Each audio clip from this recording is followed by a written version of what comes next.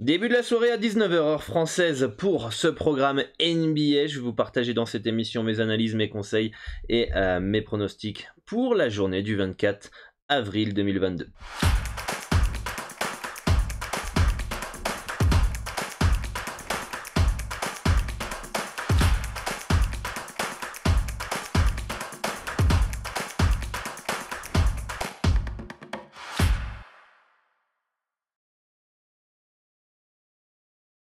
Allez, salut à tous les parieurs, j'espère que vous allez bien. Voici le programme du jour.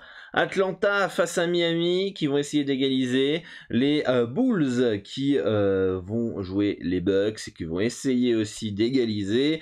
Les Pélicans qui vont aussi essayer d'égaliser contre Phoenix. Et enfin, Denver va essayer d'éviter le sweep face aux Warriors. Cette émission est constituée de plusieurs parties. La première, les résultats des conseils pronostics de l'émission précédente, les pronostics et analyses du jour en NBA, les performances joueurs en dernière partie. Et si vous souhaitez que je continue ces vidéos, n'hésitez pas à vous abonner et d'activer la cloche des notifications pour ne louper aucune des prochaines émissions d'analyse. Likez la vidéo, ça aide à référencer la chaîne YouTube. Hier, on n'a pas passé les 100 likes, on n'a pas passé les 1000 vues. Donc, je compte sur vous pour laisser votre petit commentaire aussi pour me partager vos pronostics. N'hésitez pas à partager aussi à vos amis par ailleurs qui pourraient être intéressés par cette émission. Alors pour ceux qui ne me connaissent pas, je suis Dorado, expert en paris sportif, spécialiste basket sur plus de 50 championnats et sur notamment les handicaps. Ça fait plus de 10 ans que j'aide les parieurs à remplir leurs objectifs dans les paris sportifs. Depuis 7 ans, je vis au Mexique pour vivre de ma passion. J'ai fondé aussi basket-pronostic.com où vous pouvez retrouver l'ensemble de mes pronostics sur le site. Et si la législation vous le permet, je vous conseille d'ouvrir un compte sur PS3838 via le broker Asian Connect le plus fiable au monde. Vous aurez accès à de meilleures cotes, vous augmenterez vos gains avec la même mise de départ. C'est le bookmaker des parieurs professionnels qui ne limite pas les parieurs gagnants. Si vous voulez un compte, je vous laisse dans les commentaires épingler le formulaire du broker Asian Connect à remplir et un petit tuto vidéo pour que je vous accompagne pas à pas, et en plus, si jamais vous avez des difficultés, vous serez contacté en français via WhatsApp par un membre de l'équipe d'Asian Connect. Et si vous souhaitez progresser, je vous partage 15 étapes pour gagner de l'argent en pariant la NBA en 2 semaines. C'est une formation qui est totalement gratuite, dont déjà 1500 parieurs se sont inscrits. Je vous explique comment j'analyse, comment je détermine un handicap, comment je détermine une stratégie, les outils, les sites que je peux utiliser. Donc pour vous inscrire, c'est simple, vous avez juste à laisser votre email. Le lien est dans la description. Et vérifiez bien vos spams, ça c'est important. Rejoignez aussi le Telegram, avec 2800 parieurs qui y sont inscrits. Contenu exclusif, des conseils, des notes audio, des pronostics long terme, des sondages, des alertes, bref, c'est la plateforme où je communique le plus dès qu'il y a une nouveauté, dès qu'il y a une information importante. Donc rejoignez-le, c'est très très important si vous voulez rien louper finalement de tout ce que je peux faire pour la communauté. Allez, on part sur les résultats de la dernière émission. Toronto qui évite le sweep en s'imposant 110-102 face aux Sixers. Le Jazz qui a eu chaud, très chaud, en s'imposant 100-99 contre les Mavericks. Brooklyn, c'était notre conseil de la dernière émission. Franchement, j'ai vraiment du mal à voir les Celtics mener 3-0 dans cette série, la série la plus attendue de ce premier tour, un choc, un faux septième qui finalement est peut-être à sa vraie place. Absolument aucun collectif, que des individualités, une énorme défense du côté de Boston et notamment de Tatum. Bref, victoire cette fois-ci vraiment, et ce 3-0 est clairement mérité pour Boston qui s'impose 109-103. Et enfin un match encore très chaud, 119-118 en faveur des Wolves qui ont bien réagi mentalement et qui égalisent à 2-2. Donc n'hésitez pas à me dire en commentaire ce que vous aviez cette nuit sur ces différents matchs. Alors attention, je vais vous partager des conseils, mes préférences sur les différentes rencontres pour vous aider à faire vos pronostics, vous permettre de confronter vos analyses aux miennes. Les pronostics que je joue personnellement sont sur basket-pronostic.com, le lien est dans la description si vous voulez rejoindre le club. Mais je vais essayer de vous aider au maximum pour faire vos choix, vous partager un petit peu ma vision. Et n'oubliez pas de gérer bien vos mises. Misez de l'argent dont vous êtes prêt à perdre. Faites pas all-in, faites pas les cons. Misez trop d'argent pour vous mettre en PLS derrière. Misez toujours de l'argent dont vous êtes prêt à perdre. Misez, préparez une bankroll qui est dédiée au paris sportif. Et cet argent-là, il est considéré comme perdu et vous le gérez votre budget.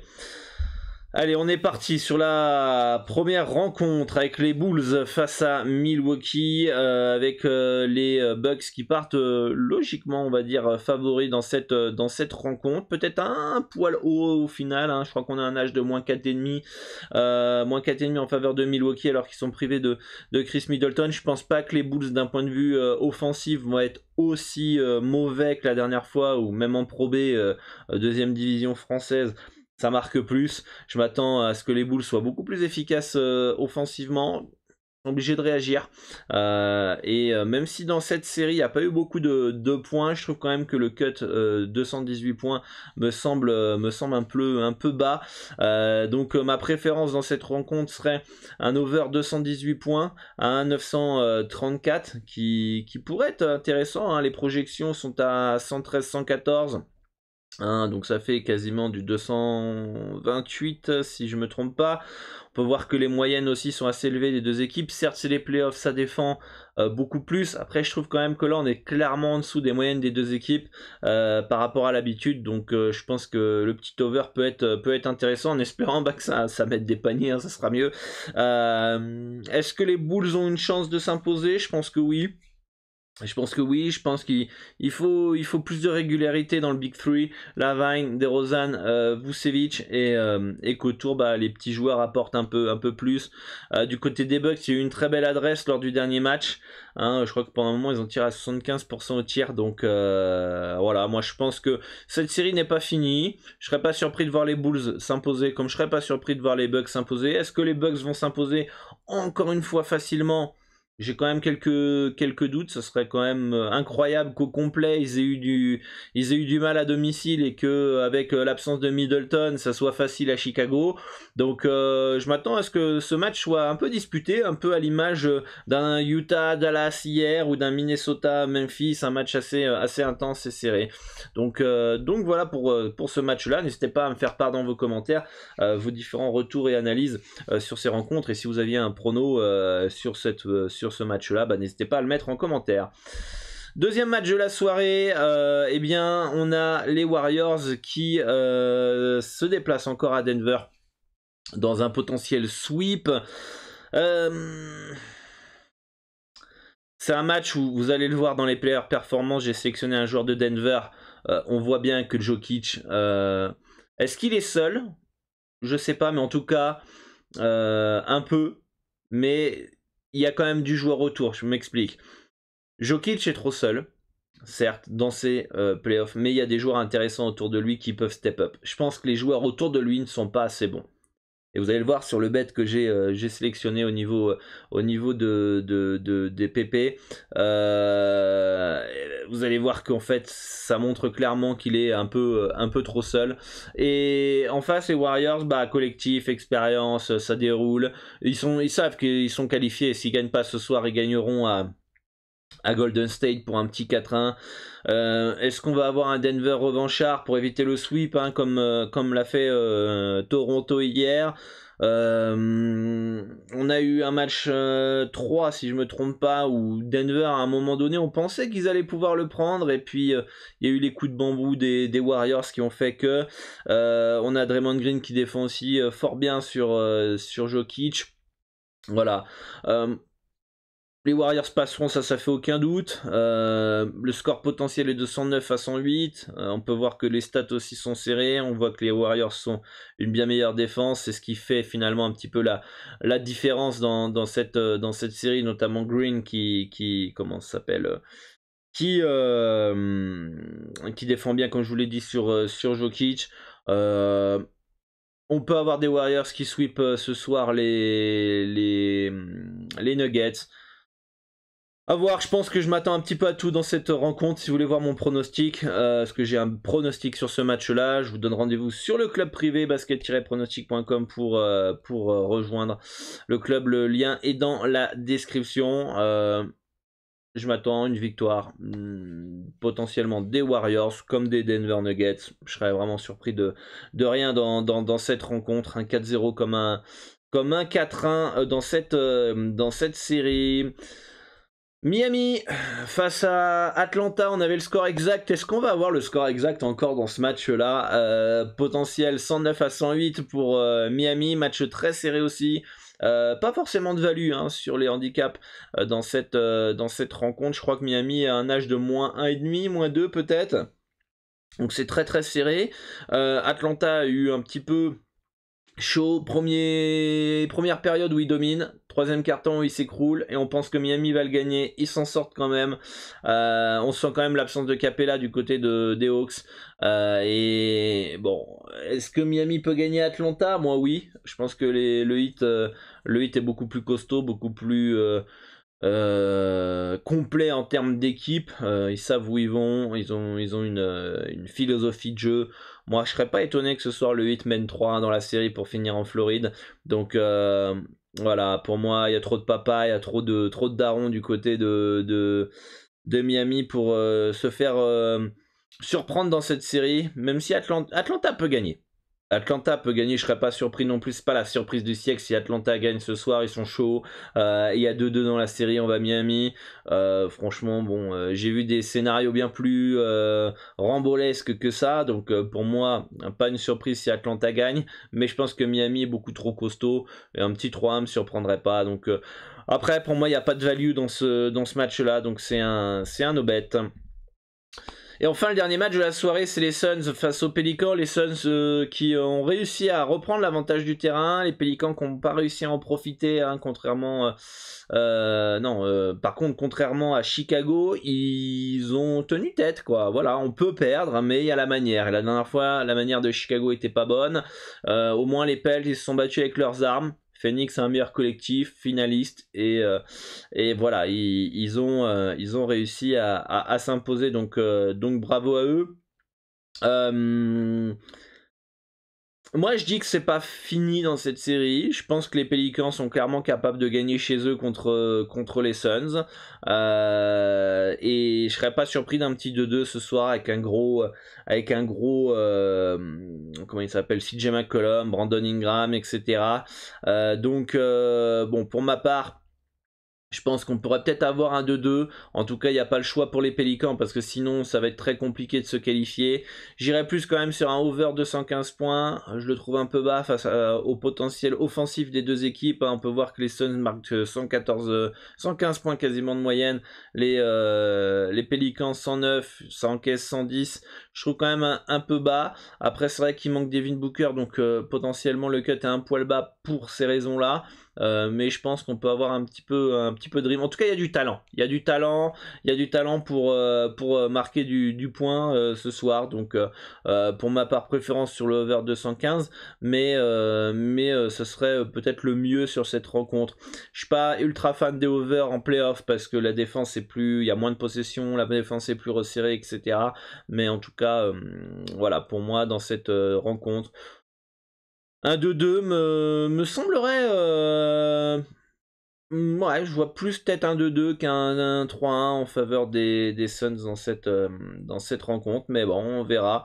On verra. Passons aux joueurs. Résultat des performances joueurs. Et hier, on a senti le coup quand même hein, de se dire que KD devait réagir. Ça n'a pas été forcément le cas. Il a été bien défendu. Et que s'il ne passait pas le cut de 30,5 points, il pouvait quand même malgré tout passer le over 1,5 panier à 3 points. Ce fut le cas et c'est plutôt cool quand une star fait le taf tout simplement. Donc c'était le seul qu'on avait sélectionné.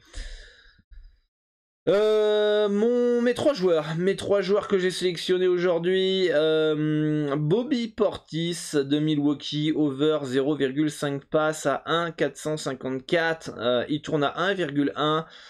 Ça fait 2 matchs qu'il fait pas de passe. C'est un joueur, bon, il est quand même centré sur le tir. À chaque fois qu'il a quand même la balle, il aime bien tirer. Après, il n'y a pas Middleton, donc il aura plus de ballons. Et s'il a plus de ballons, il a plus d'opportunités de tir évidemment. Et il a aussi la possibilité de faire des passes. Bon, voilà, Bobby, notre ami, on va espérer qu'il fasse une petite passe ce soir. Comme je vous le dis souvent, les passes, ça dépend aussi des autres. Il faut que les autres mettent dedans quand il fait les passes, parce que sinon c'est impossible de faire une passe décisive, hein. Il peut faire 100 passes à un mec, si le mec il rate les 100 paniers et 100 tirs qu'il a, il fera 0 passe. Donc on dépend aussi un petit peu des autres, et je pense qu'il y a des joueurs autour pour step up. Donc il y a tout le monde qui peut bombarder un peu à 3 points du côté des Bucks. Donc ça me déplaît pas ce petit bet, surtout qu'il a juste à réaliser sa moyenne en carrière même, je crois. C'est sa moyenne en carrière de mémoire que j'ai regardé. Il fait souvent une passe par match, en tout cas depuis des années qu'il est en NBA. Nikola Jokic, je pense que vous l'aviez deviné, hein, et je crois qu'indirectement je l'ai dit dans la partie de Denver.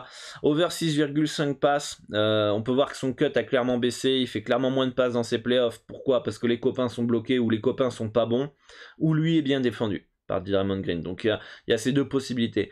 Je pense que qu'il soit bien défendu, ça peut le gêner pour scorer.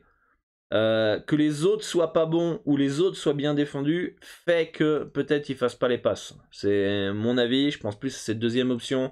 Là il y a 3-0, il faut que Denver réagisse et se réveille, du moins sauve l'honneur, parce que bon, 3-0 comme je vous l'ai dit, aucune équipe n'est remontée dans l'histoire de la NBA, donc Denver est quasiment éliminé.